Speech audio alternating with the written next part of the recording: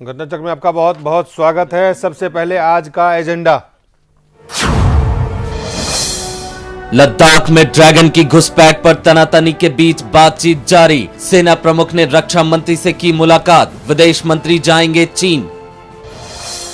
2G घोटाले पर बने जेपीसी में घमासान जारी। गैर कांग्रेसी सदस्यों ने की चाको को हटाने की मांग। कांग्रेस ने कहा बीजेपी सदस्य हो बाहर।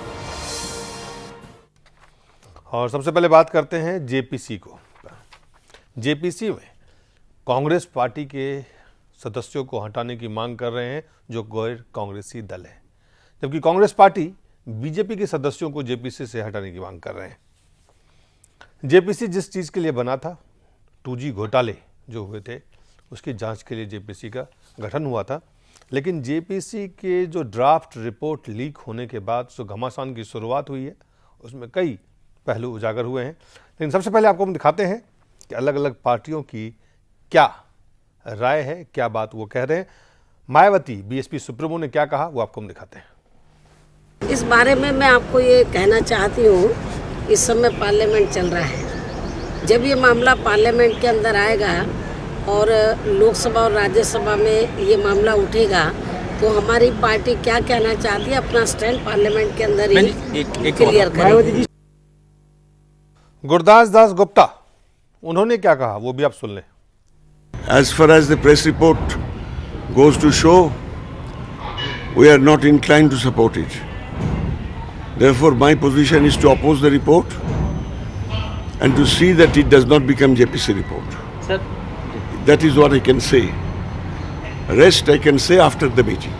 There is a clear indication in the rule book that there can be a vote. Chako is a new man, does not know.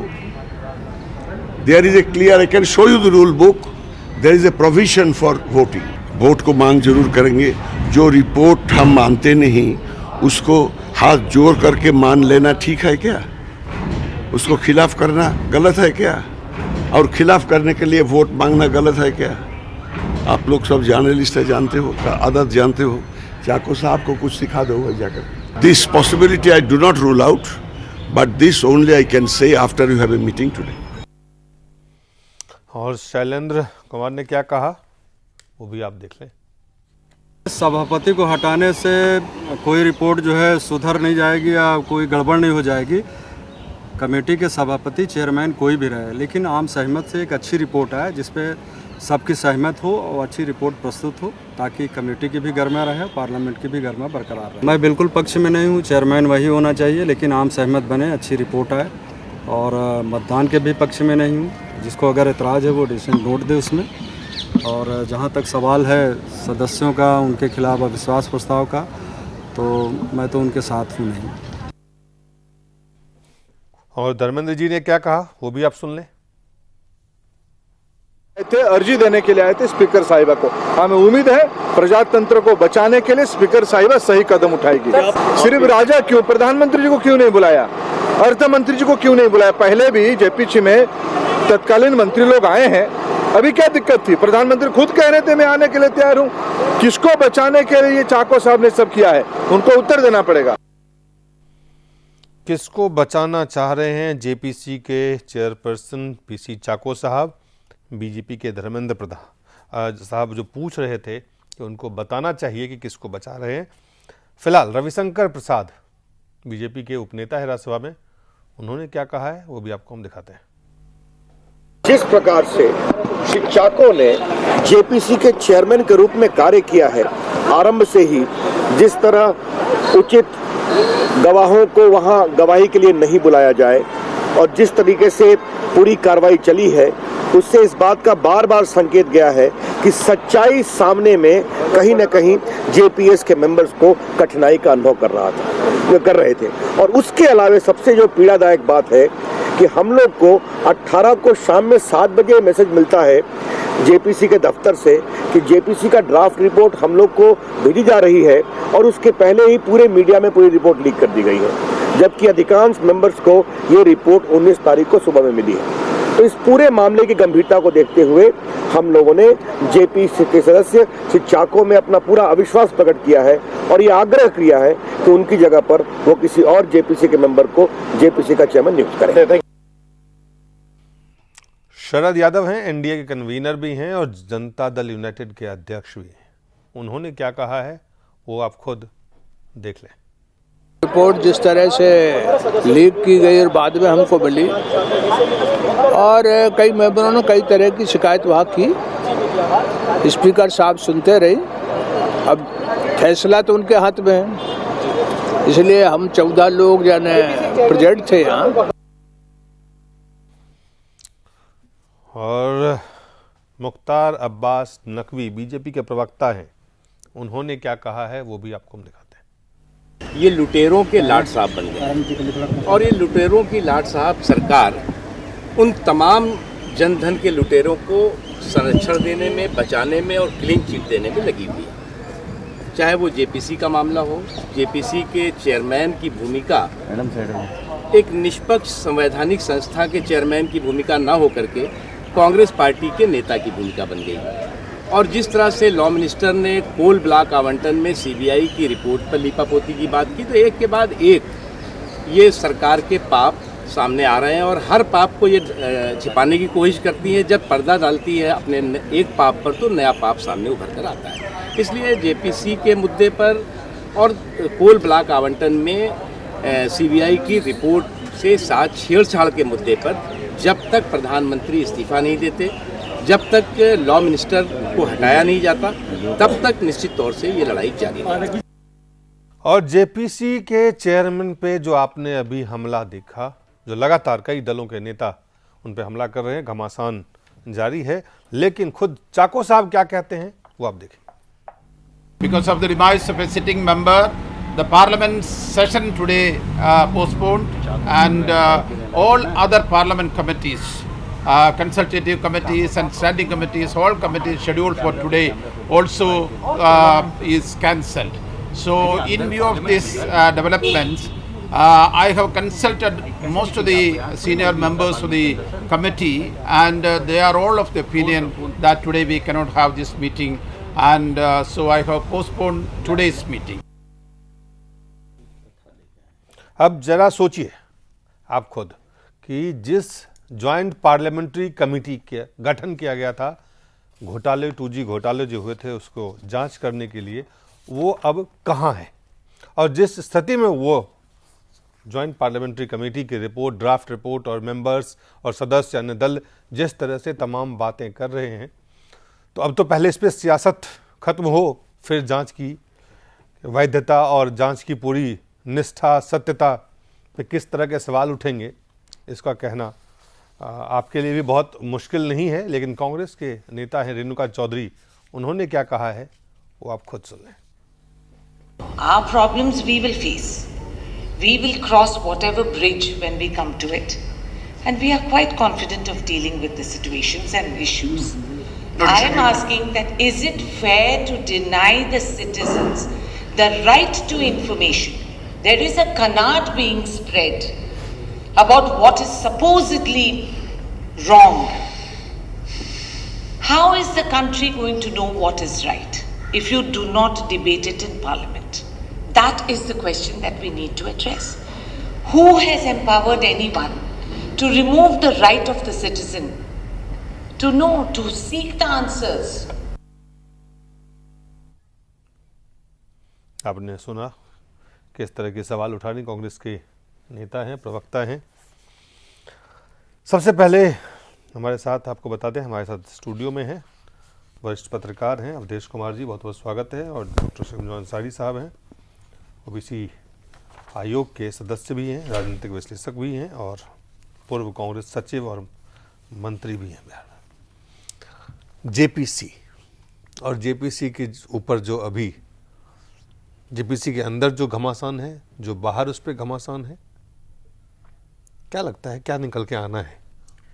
देखिए, ये बहुत ही अफसोसनाक बात है कि जेपीसी का डिमांड होता है, जेपीसी में पार्लियामेंट के जो स्ट्रेंथ है उसके मुताबिक सदस्य मनोनीत होते हैं और अपना काम करते हैं। पहले बड़ा आराम से करते थे, अब जेपीसी का बेमानी होकर रह गया है अब, क्योंकि वहाँ भी पूरी पार्टी के लाइन पर अगर कोई बात हो कि विपक्ष का काम है विरोध करना, इसलिए हम विरोध ही करेंगे रिपोर्ट में भी, तब तो अब पार्लियामेंट की कमेटी को जांच का दायित्व अपने हाथ में अब लेना ही नहीं चाहिए।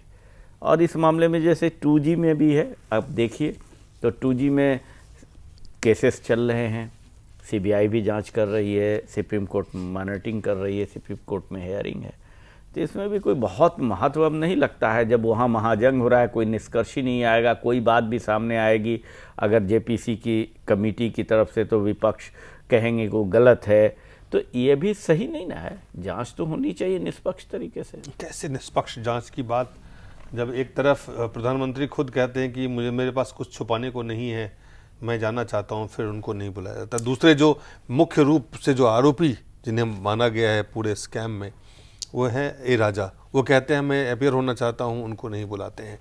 तो सिर्फ अपोजिशन को अगर ब्लेम किया जाए कि नहीं वो पार्टी लाइन पे बात कर रहे हैं, तो जो इसकी पूरी निष्ठा, जो कार्यप्रणायनता थी जेपीसी की, जिस तरह से काम करना चाहिए था, अभी तो रिपोर्ट सबमिट हुई नहीं है। रिपोर्ट के अभी तो रिपोर्ट का एक ड्राफ्ट बना है, उस पर बैठकें होंगी, उस पर चेंज हो सकता है, रिपोर्ट में अमेंडमेंट हो सकता है, उस पर सहमति व्यक्त होगी, नोट ऑफ डिसेंट हो सकता है, सब कुछ हो सकता है। अभी उससे पहले इतना हंगामा होना ये थोड़ा उचित नहीं लगता। अवधेश जी, ये हो क्या रहा है एग्जैक्टली, क्या है ये जो जेपीसी पे जो बवाल है, ये बवाल वाकई है? इसमें अंग्रेजी में जैसे ज्वाइंट पार्लियामेंट्री कमेटी को मैं कहूंगा कि ये ज्वाइंट परवर्सन कमेटी हो गई है। ये सब अगर दोनों पक्ष विकृत विचार को लेकर के ही, उनके दोनों पक्ष का मेंटली अगर परवर्टेड होंगे तो यही स्थिति होगी। देखिए बिल्कुल साफ था, जिस प्रकार से ज्वाइंट पार्लियामेंट्री कमेटी के अध्यक्ष बनने के बाद पीसी चाको ने पार्लियामेंट क्या बोलते हैं पब्लिक अकाउंट्स कमेटी पर हमले किए, आप उसको जरा पीछे लौटिए, कहा कि इसकी जरूरत क्या है। पहले कांग्रेस के सदस्यों ने पीएसी को अविश्वसनीय करार देने की कोशिश की, डॉक्टर मुरली मनोहर जोशी उसके अध्यक्ष थे, उनको कहा कि ये बिल्कुल सरकार के खिलाफ और गलत कैसे रिपोर्ट बना रहे हैं। फिर 2-3 पूर्व अधिकारी को ला करके कुछ बयान दिलवाया गया। तो ये एक घात प्रतिघात की स्थिति पहले से चलती रही है। लोकसभा अध्यक्ष को हस्तक्षेप करना पड़ा था कि दोनों कमिटियां अपना अपना काम करें। ऐसा क्यों हुआ? चलिए मैं आपको, आप पीछे जा रहे हैं, हुआ है, आप ये देखिए, जब सीएजी ने आंकड़े दिए कि 2G जो घोटाले हुए, जिसके घोटाले का नाम दिया गया, उन्होंने कहा कि 1,76,000 करोड़ का एक्सचेकर को नुकसान हुआ। और उस बयान को खारिज करने के लिए जब नए मंत्री आए तो उन्होंने कहा कि ये जो फिगर है जो बिल्कुल, उसको उन्होंने सिरे से खारिज कर दिया। और उस समय से फिर सीएजी जिनका रिपोर्ट था वो, उनके ऊपर हमला बोला गया। फिर पीएसी जो व्यवस्था आपके यहाँ है, उस व्यवस्था के ऊपर सवाल उठाए गए। फिर जेपीसी जो जेपीसी बनी, और जेपीसी का आप हाल देख रहे हैं कि क्या हो रहा है। तो जो आपके पास अवेलेबल जो भी हथियार हैं इस तरह के, जिसका इस्तेमाल किया जाना चाहिए ऐसे घपलों और घोटालों को रोकने के लिए, उसका इस्तेमाल सही तरीके से नहीं हो रहा है। इसमें एक चीज बोलना चाहते हैं सिर्फ जी, अवधेश भाई हमारे बोल रहे थे जी कि पब्लिक अकाउंट्स कमेटी चाको साहब ने जैसे अलग किया, तो उसके थोड़ा सा डिटेल में आपको जाना चाहिए पीछे। और कि जब पार्लियामेंट में इस जांच के लिए हल्ला हंगामा हो रहा था जी, तो सरकार ने बार बार कहा कि ये जांच जो है पीएसी कर ले, पब्लिक अकाउंट्स कमेटी कर ले, सबसे महत्वपूर्ण है। तो विपक्ष ने उसको कंप्लीट खारिज कर दिया, उसके लिए तैयार नहीं हुए, जेपीसी से कम पे नहीं होंगे। जब जेपीसी बन गई और ये सब्जेक्ट उसके अधीन आ गया जांच का, तो मुरली मनोहर जोशी जी अलग से पैरेलल वो जांच शुरू कर दिए। तो क्या ये उचित थी? नहीं, ये उनको तो अगर वो करना था तो उसी वक्त वो मैं समझ गया आप जो कहना चाह रहे हैं।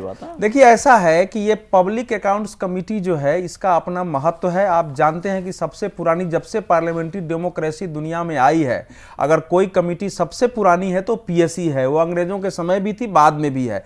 पीएसी और सीएजी मिलकर काम करती है। पीएसी अस्थायी कमेटी है। आपको मालूम है कि कि पीएससी एक अस्थाई कमेटी है, जो कुछ भी सीएजी रिपोर्ट देती है उसका वो अपने तरीके से मूल्यांकन करती है, उसके अपने पावर है। ज्वाइंट पार्लियामेंट्री कमेटी कभी कभी बनाया जाता है, तो वो कमेटी रहे न रहे, मेरा कहना है कि जब दोनों कमेटी है। लेकिन दिलीप जी, आप जो कह रहे हैं इसको बिल्कुल देखिए कि अगर आप कहीं बबूल का पेड़ रोप के और चाहेंगे कि उसमें से आम का फल मिले तो यह कतई संभव नहीं है।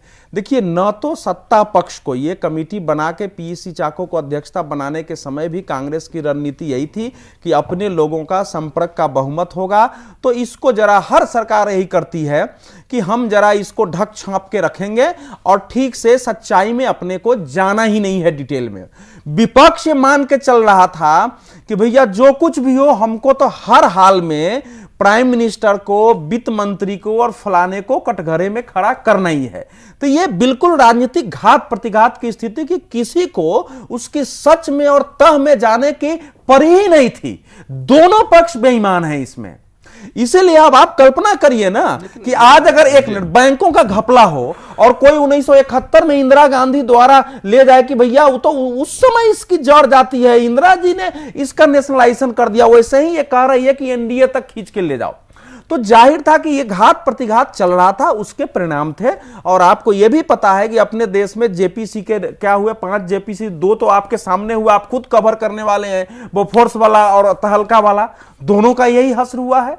तो हमारे देश की राजनीति ऐसे जगह पहुंच गई है जहां की भ्रष्टाचार के नियंत्रण के लिए जो कुछ हमारे देश के खजाने का पैसा लूट, और जिसको आज आप कह रहे थे कि वो मिशन और कमीशन जो है यही भारत का मिशन रह गया है, तो उस मिशन और कमीशन को वापस लाए, आगे नहीं हो उसकी बजाय यह है कि भैया सरकार को कटघरे में, सरकार विपक्ष को कटघरे में खड़ा करो, यहां पहुंच गया, उसमें यही होना है। लेकिन एक बात और, लेकिन जहां तक सीएजी का प्रश्न है, मैं पहले दिन से आपके कहता हूं कि मैं 1,76,000 के आंकड़े से न पहले सहमत था न आज सहमत हूं। क्योंकि उसमें एक आपने पूछा नहीं, उसका कारण है कि अब दोबारा आपने आखिर सुप्रीम कोर्ट के आदेश पर आपने नीलामी किया ना, कंपनी सब आई भी नहीं, 40,000 करोड़ रुपया भी आपके पास नहीं आया। ये एक चीज होता है, हालांकि वो थोड़ा हमारा अलग बहस, मैं उस पर विपक्ष तो वही सीएजी कह रहा है कि नहीं, 1,76,000 मानो, इन्होंने जो है रिपोर्ट की जो लीक हुई है उसमें 43,000 करोड़ दिया हुआ है कि 43,000 करोड़। विपक्ष की आपत्ति इस पर भी है। अच्छा, पीसी चाको कह रहे हैं कि हमने वाजपेयी का नाम नहीं लिया, नाम आप मत लो, लेकिन एनडीए गवर्नमेंट अगर आप कहते हो कि प्रमोद महाजन के, तो सीधा निशाना वही जाता है कि भैया अगर हमारे प्रधानमंत्री इसके लिए जिम्मेवार है, मंत्री के लिए, तो वो भी प्रधानमंत्री जिम्मेवार है।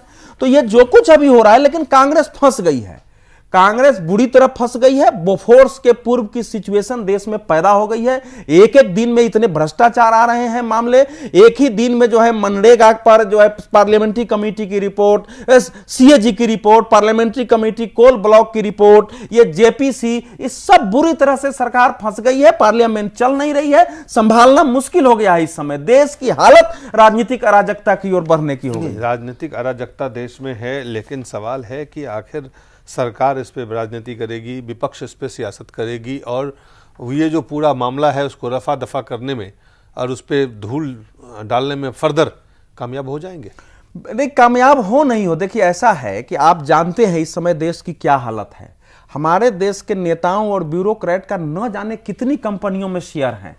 तो आप ऐसा है नहीं, बाहर आप चिल्लाते हैं, जरा ये तो पता किया जाए ना कि यूनिनॉर में किसके किसके शेयर हैं, ये एयरटेल में किसके किसके शेयर हैं, कितना शेयर मार्केट से आपने खरीद के रखा हुआ है। तो आप क्या सोचते हैं कि हमारे देश में जो पैसा लूटा गया है वापस आ जाएगा क्या?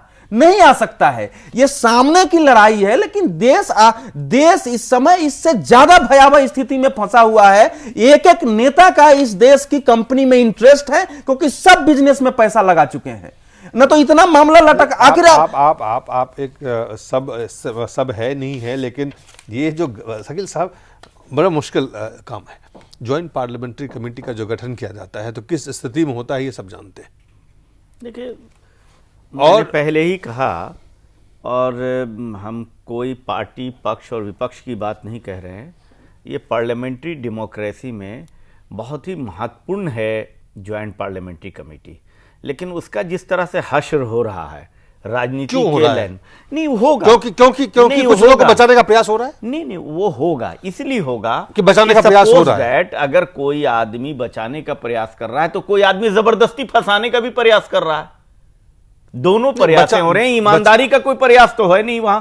वो है कि अगर नहीं भी प्राइम मिनिस्टर है तो प्राइम मिनिस्टर का नाम दो। सरकार इसके कार्यकाल में घपला हुआ है तो सरकार पर ज्यादा है। इसको ऐसे समझिए ना भाई, प्राइम मिनिस्टर को यह कह के आने में क्या है? सवाल है कि हम भी जानते हैं कि इतना बड़ा घपला नहीं है जितना बड़ा उसको बनाया गया है। 8,000, 10,000, 20,000 इतना करोड़ का आजकल हर में होता है। तो प्राइम मिनिस्टर को यह स्वीकार हर में होता है। हाँ, देखिए ये देश में कोई भी टेंडर सरकार के अंदर से निकलती है। आपका देश ओमिशन और कमीशन का देश हो गया है। इटली का प्राइम मिनिस्टर बोलता है कि भैया भारत में अगर घूस नहीं दोगे तो कोई तो ऑर्डर ही नहीं मिलेगा। ये तो हालत इस सरकार ने देश की बना दी है। और उसमें केवल सरकार को ही हम थोड़े इसलिए मान रहे हैं, इस समय तो सरकार और विपक्ष का भेद मिट चुका है। क्योंकि सरकार कटघरे में है इसलिए विपक्ष हमला कर रही है। लेकिन जहां विपक्ष की अब कैग का यहां की रिपोर्ट को आप स्वीकार करेंगे और वही कैग जो रायपुर में रिपोर्ट दे दिया है कि इससे 70,000 करोड़ रुपया का सरकार को, वो आप नहीं स्वीकार करते हैं। बिहार का 42,000 तो इसलिए सवाल तो यह हो रहा है। लेकिन हां, प्राइम मिनिस्टर में यह साहस होना चाहिए था। उन्होंने खुद घोषणा किया था कि मैं किसी भी कमेटी में या स्वयं को हर जांच के लिए सौंपने को तैयार हूं। ईमानदारी का विषय था। उनको पीएससी के सामने आना चाहिए था, जेपीसी के सामने आना चाहिए था। He didn't dare to come here. तो ये भी एक अनैतिकता है। वित्त मंत्री को आना चाहिए था। प्रॉब्लम क्या है आपको आके बताने में? जब पार्लियामेंट्री कमेटी जैसी उच्चतम कमेटी अगर किसी सच को नहीं ला सकती है तो आखिर इस देश में कल्पना करिए ना, किसी लूट का सच लाएगा कौन? बिल्कुल यही सवाल है शकील साहब जो महत्वपूर्ण है। नहीं महत्वपूर्ण है जब वर्क करेगा, जब पार्लियामेंट की तरह जांच करने के लिए जिस ज्वाइंट पार्लियामेंट्री कमेटी का गठन इतने हंगामे के बाद हुआ, वो कमेटी की जो पूरी चीज वो तो हंगामा के बाद उसी वक्त शंका हो रहा है ना। वो हंगामा करके ये कहना चाहते हैं कुछ लोग कि जबरदस्ती सरकार पर इल्जाम डाल दो, या सरकार के कुछ लोग चाहते होंगे कि ये इल्जाम जितना है उससे कम दिखे। यही नहीं हो सकता। जांच तो हो रही है, मिनिस्टर ड्रॉप हो चुके हैं और कई तरीके से देखिए ये इधर आप जी बोल लीजिए, मुझे तो जी तो बोलिए आपके लिए तो अच्छा ही था कम बोलते, लेकिन आप बोल लीजिए जी। तो ये जो पार्लियामेंट जितना बोलेंगे उतना फंसेंगे आप। नहीं फंसेंगे आप। क्यों फंसेंगे? आप तो फंसेंगे नहीं, इसलिए कि आप तो जर्नलिस्ट हैं, आप फंसाने में महारत रखते हैं जी। तो असल है मुश्किल ये कि पार्लियामेंट का जो स्टेटस है ना, पार्लियामेंट की अथॉरिटी अब चैलेंज हो रही है कि अब वो जांच का विषय सरकार चैलेंज कर रही है। नहीं, दोनों पक्ष है, कोई ऐसा नहीं कह सकते हैं कि सरकार ही कह रही है। सरकार ने इसकी पार्लियामेंट्री कमेटी की विश्वसनीयता को जो है कीचड़ में मिला दिया है। ये सरकार की कोशिश थी। प्राइम मिनिस्टर को वहां आना चाहिए था, प्रश्न का उत्तर देना चाहिए था। जब सेक्रेटरी आ सकता है, आप क्यों नहीं आ सकते हैं? सवाल है secretary is the head of the department on behalf of the minister, present हो के सारी बात है। वाई प्राइम मिनिस्टर ने क्यों कहा कि हम सभी प्रकार की जांच के लिए स्वयं को समर्पित करने को तैयार हूं? पीएससी में भी नहीं आए। नहीं कोई सम्मन किया क्या? जेपीसी ने सम्मन नहीं, जेपीसी में तो अध्यक्ष को करना था। अरे तो जेपीसी में सम्मन नहीं किया और आप उस बात का सपोर्ट करके बड़ी बात कर रहे हैं कि पीएससी ने जब अपना दायित्व संभालने के लिए उस वक्त तैयार नहीं हुआ, जब जांच कोई शुरू हो गई तो जबरदस्ती काम शुरू कर दिया। उसी बीजेपी के लीडर जब उसके चेयरमैन थे उस वक्त यही कहते कि आप पीएससी में दे दीजिए, जांच हम करेंगे। तो उस वक्त तो हंगामा होता रहा है कि हमको जेपीसी चाहिए, आप उसका समर्थन कर रहे हैं। तो ये तो गलत बात है ना। बात तो ये है कि सबसे पहले जब उन्होंने माना नहीं, जेपीसी को काम करना था, तो बीच में उनको टांग अड़ाना नहीं चाहिए था। और जब उसके बाद पीएससी के काम में उनके भी मेंबर हैं, मतलब मैं किसी को एक थाने का सिपाही बना दूं, मैं उस थाने का मालिक हूं और वो मेरे से बिना पूछे मेरे को नोटिस भेज देगा और अरेस्ट कर लेगा। ऐसा होता है क्या? ये तो दिलीप जी रक्षक के भक्षक बन जाने की स्थिति हमारे देश में है। जिसको खजाने की रक्षा कर रहा है वो स्वयं नहीं भी लूट रहा है तो उसके इर्द गिर्द के लोग लूट रहे हैं, उसकी रक्षा करने में विफल है। और जब उसकी जांच की कोशिश होती है तो वो सही कोशिश की बजाय, सच्चाई के बजाय उसमें राजनीति हो रही है, तो उसमें कहां से सच आएगा?